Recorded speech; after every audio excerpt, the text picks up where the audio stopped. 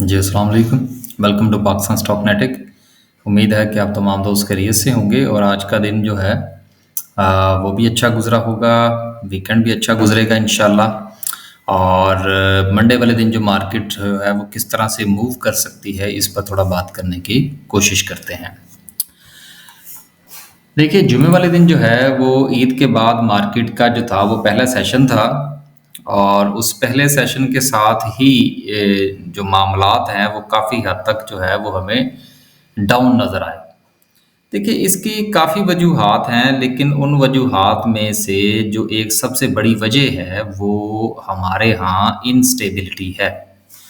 अब इस इंस्टेबिलिटी को दूर करना भी कुछ लोगों की ज़िम्मेदारी है, लेकिन हो क्या रहा है कि जिन लोगों की ज़िम्मेदारी जो है वो इंस्टेबिलिटी को दूर करना है, इस वक़्त वही लोग जो है वो इंस्टेबिलिटी का बायस बने हुए हैं। तो बहरहाल इस पर इंशाल्लाह जो है वो हम दूसरे चैनल पर थोड़ा वीडियो अपलोड करने की कोशिश करेंगे। अभी फ़िलहाल जो है वो हम अपनी मार्केट पर पूरी तरह तवज्जो रखते हैं और ये देखते हैं कि मार्केट जो है वो अपने साइकोलॉजिकल लेवल को तोड़ने जा रही है। मार्केट की नेगेटिविटी जो है वो हर दिन के साथ बढ़ते चली जा रही है। ईद से पहले का जो सेशन था वो अच्छा सेशन था। उसमें मार्केट में रिकवरी थी, उसके बाद कुछ न्यूज़ भी अच्छी आईं आईएमएफ के हवाले से, सऊदी अरेबिया के हवाले से, ये पॉज़िटिव न्यूज़ थी। लेकिन हमारे जो पॉलिटिकल हालात इस वक़्त चल रहे हैं, वो इस कदर जो है वो इनस्टेबल हैं कि कोई भी बंदा जो है वो उनके ऊपर एतबार करने को राज़ी नहीं है। तो जब तक एतबार कायम नहीं होता तब तक ये सिलसिले इसी तरह से चलते रहेंगे। अब चूँकि हमारा लगा हुआ है पैसा मार्केट के अंदर, हमें जो है वो सबसे ज़्यादा जो सरोकार है वो अपने पैसे के साथ है। तो इस मौजूदा सूरत हाल के अंदर कोशिश ये है कि कम से कम स्टेक जो है वो मार्केट में रखा जाए, लेकिन रखा ज़रूर जाए। अब थोड़ा बात करते हैं मार्केट ने जुमे वाले दिन जो है वो तकरीबन 400 पॉइंट्स निकाले हैं और ऑल शेयर की बात करें तो 300 पॉइंट्स की कमी, एक अच्छी खासी जो है वो कमी हमें देखने को नज़र आ रही है। KMA30 की बात करें तो मार्केट ने पूरे 1000 पॉइंट्स जो हैं वो इसमें से निकाले हैं, तो अच्छा खासा जो है वो मार्केट के ऊपर प्रेशर नज़र आ रहा है। ये बहुत सारे लोगों का आपस में आमने-सामने आना और उनका टकराव है, जिसकी वजह से ये सूरत हाल हमें नज़र आ रही है। आगे चलते हैं जी और देखते हैं सर्किट ब्रेकर की क्या पोजीशन है। सर्किट ब्रेकर में आज भी माशाल्लाह से जो 9 कंपनीज अपर कैप हैं, लेकिन मां सवाए लॉट कैम के किसी भी शेयर के अंदर जो है वो हमें वॉल्यूम लगता हुआ नज़र नहीं आया। लिहाजा सिर्फ एक कंपनी ही अपर कैप है, बाकियों को कंसीडर करने की ज़रूरत नहीं है। लोअर कैप की बात करें तो लोअर कैप में भी कुछ खास वॉल्यूम के साथ चीज़ें लोअर कैप नहीं हुई, लेकिन चूंकि मार्क ऑल शेयर के अंदर जो 300 पॉइंट्स की कमी है वो इस चीज़ को जाहिर कर रही है कि इस वक्त जो मार्केट का डाउनफॉल है वो किसी एक मखसूस सेक्टर में नहीं है, बल्कि वो पूरी की पूरी मार्केट पे उसका असर हमें नज़र आ रहा है। आगे चलते हैं जी और थोड़ा जायज़ा लेते हैं ग्राफिकल व्यू का। ग्राफिकल व्यू कहता है कि आज जो है वो सबसे ज़्यादा कमर्शियल बैंक्स हैं, टेक्नोलॉजी है, फूड है, food, chemical, refineries, cement, power generation है, मिसलेनियस और इंजीनियरिंग सेक्टर है। टॉप 10 सैम्पल्स की बात करें तो सबसे ज़्यादा जो वॉल्यूम लगा है वो लगा है समिट बैंक के अंदर। यार इसके ऊपर मैं ना थोड़ा बात करना चाह रहा था। देखिए, कुछ लोग जो है ना उनका काम सिर्फ और सिर्फ इतना होता है कि उन्होंने करना कराना कुछ नहीं होता और वो सिर्फ आवाज़ें लगाने पे होते हैं। अब बात ये है कि ये ARY के हवाले से बातें हो रही हैं कि जी वो समिट बैंक को एक्वायर करना चाह रहा है। अब आपको याद होगा कि इससे पहले ये WTL को भी एक्वायर करना चाह रहा था और वो कितनी बार उसके ऊपर स्टॉक एक्सचेंज को इन्फॉर्म किया गया, हम ले रहे हैं, हम नहीं ले रहे, हम ले रहे हैं, हम नहीं ले रहे। तो ये जो एक गुड्डा गुड्डी का खेल जो है ये रचाया जाता है ना, देखिए इस किस्म के खेल से ना दूर रहा करें। अब थोड़ा-सा इसके ऊपर मैं बात करूँगा अभी इंशाल्लाह, क्योंकि बाद में फिर मेरे ज़हन से चीज़ें निकल जाती हैं। पहले ज़रा मैं ये थोड़ा-सा टॉप 10 जो सिंबल्स हैं उसके ऊपर थोड़ी बात कर लूँ, फिर ये समिट बैंक के ऊपर मैं ज़रूर बात करूँगा। समिट बैंक है, उसके बाद यूनिटी है, सिनर्जी में लगा, पाकिस्तान रिफाइनरीज, जीटैक है, डब्ल्यूटीएल है, लॉटकैम है, जीजीएल है। लेकिन लेकिन इम्पॉर्टेंट चीज़ ये है कि मार्केट में वॉल्यूम नहीं है। एक बार फिर जो है वो मार्केट में वॉल्यूम ड्राई हो चुका है, लिहाजा अपना अपना इंतज़ाम किया जाए।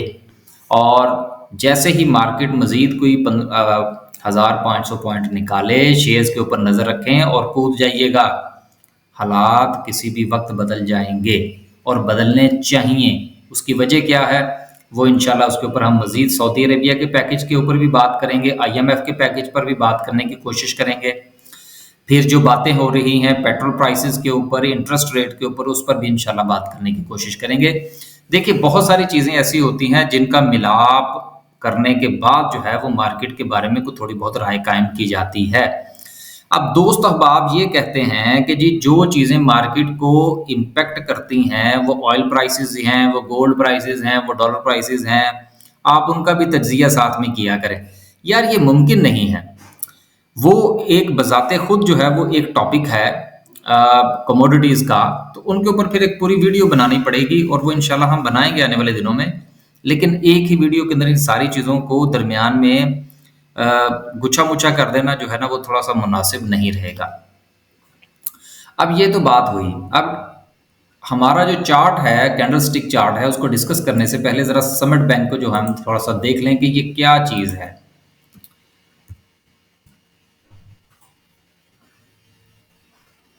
समिट बैंक जो है जी इस वक्त 2 रुपये और 72 पैसे पर ट्रेड कर रहा है। अब सबसे पहले हम ये देखते हैं इसकी प्रोफाइल। प्रोफाइल में इसका जो फ्री फ्लोट है वो 35% का है।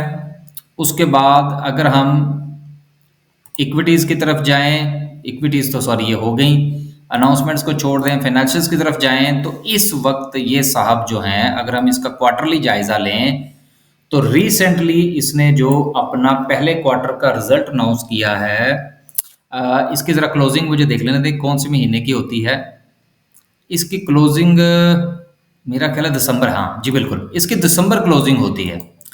लिहाजा 2021 का जो था वो पूरा का पूरा साल ख़त्म हो चुका और 2022 के पहले क्वार्टर का रिजल्ट जो इन्होंने अनाउंस किया था मार्च क्लोजिंग का, क्योंकि अब तो आगे जो है वो जून क्लोजिंग आएगी और इसके दूसरे क्वार्टर का रिजल्ट आएगा। तो पहले क्वार्टर का रिजल्ट जो जनाब ने दिया है वो दिया है 44 पैसे पर शेयर नेगेटिव अर्निंग है। चलें कोई बात नहीं, हो जाता है बाज़-औक़ात। आप ज़रा थोड़ा-सा एनुअल के ऊपर नज़र डाल लें। 2021 में इसकी ईपीएस जो है वो 1 रुपये 9 पैसे माइनस में है। 2020 में इसकी अर्निंग जो है वो 2 रुपये 63 पैसे माइनस में है। 2019 में 3 रुपये 58 पैसे इसकी अर्निंग जो है वो माइनस में है। 2018 में 3 रुपये 32 पैसे इसकी अर्निंग जो है वो माइनस में है। तो भाई मेरे, जब आप इस किस्म के शेयर्स के अंदर हाई प्राइस पे फंसने की कोशिश करेंगे तो फिर बाद में आप मुझसे अगर ये पूछेंगे जी अब हम क्या करें, तो मैं आपको क्या जवाब दूंगा कि आप क्या करें। तो गुजारिश ये है कि अगर कोई दो लोग आपस में कैच कैच खेल रहे हैं तो उनको खेलने दें, आपका इसके साथ क्या ताल्लुक है। गुजारिश ये है, मैं हमेशा अपनी वीडियो के अंदर ये बात कहा करता हूँ कि सर जी इस किस्म के चक्कर में ना पड़ा करें कि जी वो उसने कहा है कि वो लेने लगा है और उसने कहा है कि वो बेचने लगा है, अब ये होगा और वो होगा। चीज़ों को टेक्निकली और फंडामेंटली देखें और बिस्मिल्लाह किया करें। कम अज़ कम आप टेक्निकली या फंडामेंटली जो भी पढ़ पढ़ा के कोई काम करेंगे उसका मैं आपको दावे से कहता हूँ कि नुकसान में से भी नफ़ा निकलेगा। लेकिन इस किस्म के नफ़े में से भी आपको नुकसान ही जो है वो उठाना पड़ेगा। तो गुजारिश ये है कि ये जो साहब भी इसको ख़रीदने की कोशिश कर रहे हैं उनका काम ही सिर्फ वो हमारे पंजाबी में कहते हैं कि सज्जी वहा के खब्बी मारने वाला, ठीक है ना।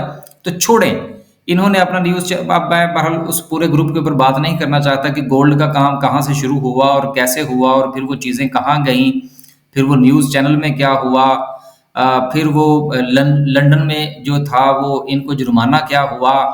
यार बस किया करें, बस छोड़ दें यार, आगे चलें। अगर आपने वर्ड कॉल वाली तफसील इनकी सुन रखी है ना, तो जिस जिस बंदे को वर्ड कॉल की इनकी पूरी कारस्तानी का पता है, वो कम से कम इस दोबारा जो है ना वो इस गलतफहमी का शिकार ना हो। नए लोग हो जाएं तो कोई बात नहीं है ठीक है ना। आगे चलते हैं। अब मैं मजीद इसके ऊपर कुछ ज़्यादा टाइम नहीं लगाना चाहूँगा, बाकी छोड़ें आप। आज की कैंडल की बात करते हैं। आज की कैंडल से मुराद जो गुज़िश्ता कैंडल है हमारी, देखिए गुज़िश्ता कैंडल जो है वो बहुत डेंजरस कैंडल है। और आखिरी सेशन जो था ईद से पहले, उसमें मार्केट ने जितनी रिकवरी दिखाई थी, आज के सेशन, आज से मुराद जो जुमे का सेशन था, वो सारी की सारी अर्निंग जो है, सॉरी, सारी की सारी जो पॉइंट्स अर्न किए गए थे वो सारे मार्केट ने लूज़ कर दिए हैं। अब मार्केट जो है वो एक बाकायदा तौर पर एक चैनल बना रही है और लोज बना रही है। और मुझे ये लगता है कि मार्केट अब जाके कुछ 44,000 पे ठहरेगी। लिहाजा गुजारिश ये है कि मार्केट के इस किस्म के बहाव के अंदर अब आप शेयर्स ढूंढने शुरू कीजिए और उन शेयर्स के अंदर पोजीशन बनाइए। और जिन शेयर्स के अंदर आप पोजीशन बनाएंगे उसमें लंबे अरसे तक की पोजीशन नहीं बनेगी। ये हमने पहले भी बात की थी कि इस वक्त मार्केट की और हमारे मुल्क की जो फाइनेंशियल पोजीशन है, फिर जो हमारी पॉलिटिकल पोजीशन है, उसमें किसी भी सूरत हमें कुछ लॉन्ग टर्म स्ट्रेटजीज बनती हुई नज़र नहीं आ रही। आगे चलते हैं और देखते हैं कि आरएसआई क्या कहता है। देखिए आरएसआई जो है वो 45 पर है और अपनी सपोर्ट जो है वो तकरीबन ब्रेक कर चुका है। लिहाजा मेरा ये ख्याल है कि अब आरएसआई को 30 पर जाना चाहिए। जैसे ही मेरा ये ख्याल है कि आरएसआई 30 पर होगा, आपका इंडेक्स जो है वो आई थिंक सो के 44 पर पहुंच चुका होगा या शायद उससे भी थोड़ा नीचे हो, तो देन वो वक्त होगा आपका मार्केट में एंट्री करने का। वहां पर आप एंट्री फरमाइए और जहां पर कुछ प्रॉफिट मिले 5-7% वो लीजिए और देन अपनी पोजीशंस काटिए। लॉन्ग टर्म पोजीशन अभी फिलहाल बनती हुई मार्केट में नज़र नहीं आ रही। देखिए, खुश रहिए, आबाद रहिए। आपका पैसा है, सोच समझ कर इस मार्केट में लगाइए, दुनिया के किसी भी बिजनेस में लगाइए। मैंने ये एक लंबा टूर किया है पाकिस्तान में, काफ़ी सारे चीज़ों का जो है वो जायज़ा लेने का मौका मिला है। तो हमारा जो दूसरा चैनल है उस पर इंशाल्लाह हम इसके ऊपर वीडियोस भी अपलोड करेंगे, उस पर बात करने की भी कोशिश करेंगे, कुछ थोड़ा सीखने की कोशिश करेंगे, कुछ बताने की कोशिश करेंगे। अल्लाह हाफ़िज़।